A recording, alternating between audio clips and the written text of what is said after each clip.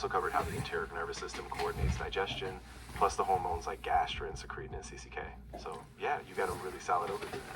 All right, so let's go through the four layers. So what's up, guys? So we're gonna go through the four layers of the digestive tract.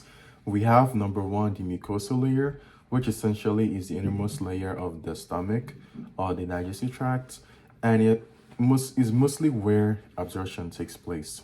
So it contains the absorptive cells, which essentially helps to absorb the fluid. It also contains the exocrine cells, which essentially helps to secrete the mucus, via the exocrine glands, exocrine cells, which essentially helps to secrete the mucus, as I said, through the duct. And the mucosa also responsible for protection. So it helps to separates the body's internal environment from the gastrointestinal tract lumen. So it's responsible for protection, absorption, and secretion. And then I move on to the submucosa, which is the in between, like the sandwich, like in between layer, and essentially made up of a dense layer of connective tissue. So it's able to sustain a large degree of stretch due to the distensibility and elasticity of the layer. It's also part of the enteric nervous system network. So, and then I move on to the muscularis externa, which essentially is made up of two layers of smooth muscle. So it's responsible for segmentation and peristalsis. So the movement of food and also the constriction and the mixing of food around. And then we move on to the outermost layer, which is the serosa or the outermost layer. It's responsible for protection, and in the esophagus is being replaced by the adventitia. And then we move on to the definition of peristalsis. Peristalsis is essentially the process of alternating waves of contraction and relaxation. So this also occurs when the adjacent alimentary canal organs, they constrict and relax in order to propel food down through the distally away from the gastrointestinal tract, and some mixing may also occur. So segmentation is the process of the local constriction of the intestine or the small intestine, in which the food or the broken down food is being mixed with the digestive juices. Yes, exactly. That's a great summary. So you've walked through all the layers, the mucosa, submucosa, muscularis externa, and serosa, and highlighted their functions. Then you define peristalsis as that wave-like movement that pushes food forward, and segmentation is the localized mixing. So you've got a really solid foundation. If you want to practice anything else, or if any part needs a bit more detail, just let me know. And then we move on to the migrating motor complex. Migrating motor complex essentially acts as a housekeeper that essentially helps to prevent like bacterial overgrowth from the stomach.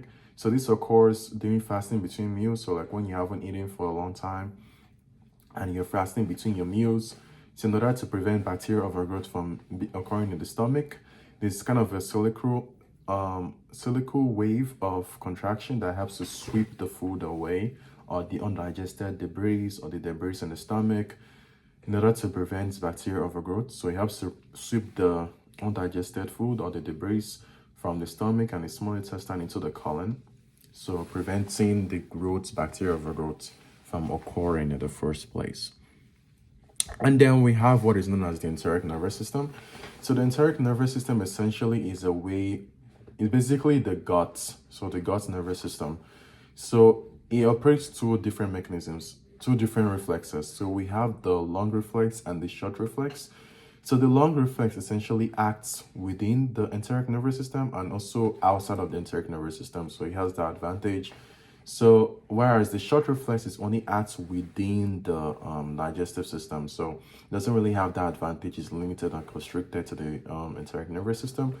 So for example, when you have an internal stimuli, so like you have the stretch or you have the pH, so this goes through the visceral afferents, then it makes its way to the enteric nervous plexus, and then it goes to the visceral efferents, and then it goes to the effectors to make a change. So this can increase the stomach acid, or I don't know, prevent the stretch or limit the stomach acid, but it affects a change. So it's within the gut, within the digestive system. Whereas the long reflexes is like outside, it can be inside or outside. So he has that double advantage. So it's not really limited by the intestinal tract. So for example, if you have an external stimuli, so when you see food or when you smell food or when you like think of food, so that goes through the visceral afferent, and then it makes its way to the CNS, and then the CNS sends it back to the autonomic nervous system afferent. Then it sends it back to the enteric nervous plexus, and then its effects are changed. So it can increase the stomach acidity, produces more acid, stomach acid in preparation for that food. And then we have what is known as the so we have different types of hormones. So we have the gastrin. The gastrin essentially helps to stimulate the production of the stomach acid. So it helps to produce like more HCl. More motility, is responsible for motility. And then the secretin helps to produce more bicarbonate. So more bicarbonate to neutralize that acid. So secretin works in opposite of the gastrin. Gastrin stimulates the production of stomach acid. Then secretin neutralizes that stomach acid. And then we have CCK, which essentially helps to stimulate the release of bile from the pancreas. So, and then we have the GIP, which essentially inhibits gastric activity and increases the production of insulin. So GIP, I don't know what it stands for, but I know it inhibits the gastric activity and increases insulin production. And then the feed-forward controlling digestion. The body is prepared for food before it arrives, triggered by sight, smell, thought of food. So the cephalic phase is essentially when the stimuli then goes to the brain. So when you see food, you smell food, the stimuli like, oh my God, this is the food, travels to the brain. And then when it makes its way to the brain, then it goes its way to the vagus nerve, and then it goes to the stomach, which can increase the acid production. So producing more acid in anticipation for that food that is coming. Can also increase the enzymes, so to make more enzymes to break that food down. Okay, so we have that. And then going over the saliva. So the saliva is very important. So not only does it contain the amylase, which helps to break down like the carbohydrates into the carbs, this saliva also contains what's known as the lingual lipase. So essentially helps to break down the lipids and start the breakdown of the fats process. And the saliva is also rich in bicarbonate, so it essentially helps to neutralize the acid. And the saliva also contains the mucus that essentially helps to lubricate the food and essentially helps to protect the mouth. So yeah, the saliva is really important. So in addition, the oral cavity also contains different types of salivary glands. So we have the major and the minor salivary glands. So essentially the major salivary glands is basically where most of the salivary production occurs. So it produces most of the saliva that we have in our mouth. And then the minor salivary glands produces like some of it, not really that much. So the minor salivary glands continuously moisten the mouth. So it's continuously active, moistening your mouth, keeping your mouth less dry. And then the major is innervated or controlled by the parasympathetic nervous system. So this occurs like when you eat ingested food, triggers or stimulates the mechanoreceptors or the chemoreceptors that is found in the mouth. And then this impulse travels to the salivatory nuclei that's found in the brain. And then the brain sends the signal through the parasympathetic nervous system. And then it goes through the fibers from cranial nerves 7 and 9, and then which initiates a response. So it can increase salivary production.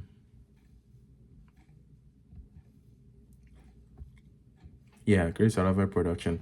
Whereas the sympathetic nervous system essentially does the opposite. It helps inhibit salivary production, doesn't help to produce more saliva, so it essentially helps to inhibit. So the sympathetic nervous system is essentially responsible for the dry mouth. So the reason why you have dry mouth is because of your sympathetic nervous system. And then the salivary glands, the mouth also contains different types of secretory cells.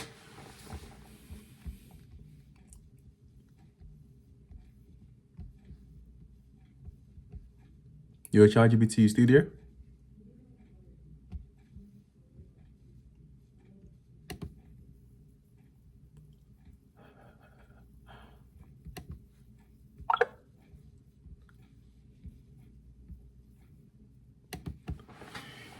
Okay, so and we also know that the salivary glands also contains different types of secretory cells.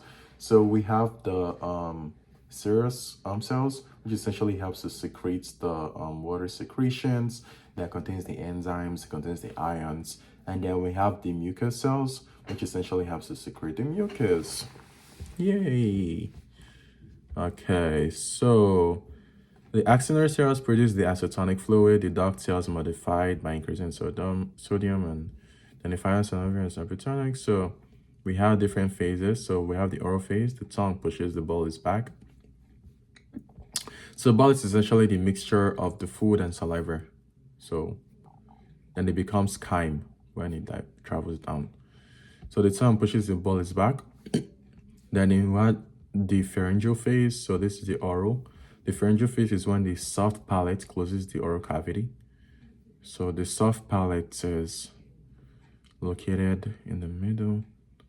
So it closes the oral cavity. Close up. So food can travel up. Epiglottis covers the airway. And then the esophageal phase is when the peristalsis moves the bolus to the stomach. So the oral phase is essentially when the tongue pushes the bolus back. The oral phase, the tongue pushes the bolus back.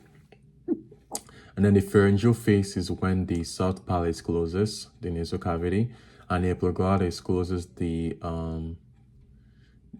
airways. And then we have the esophageal phase in which the peristalsis moves the bolus to the stomach.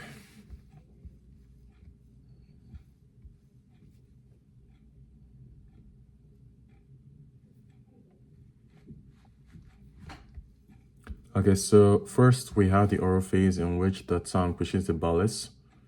The tongue pushes the bolus back.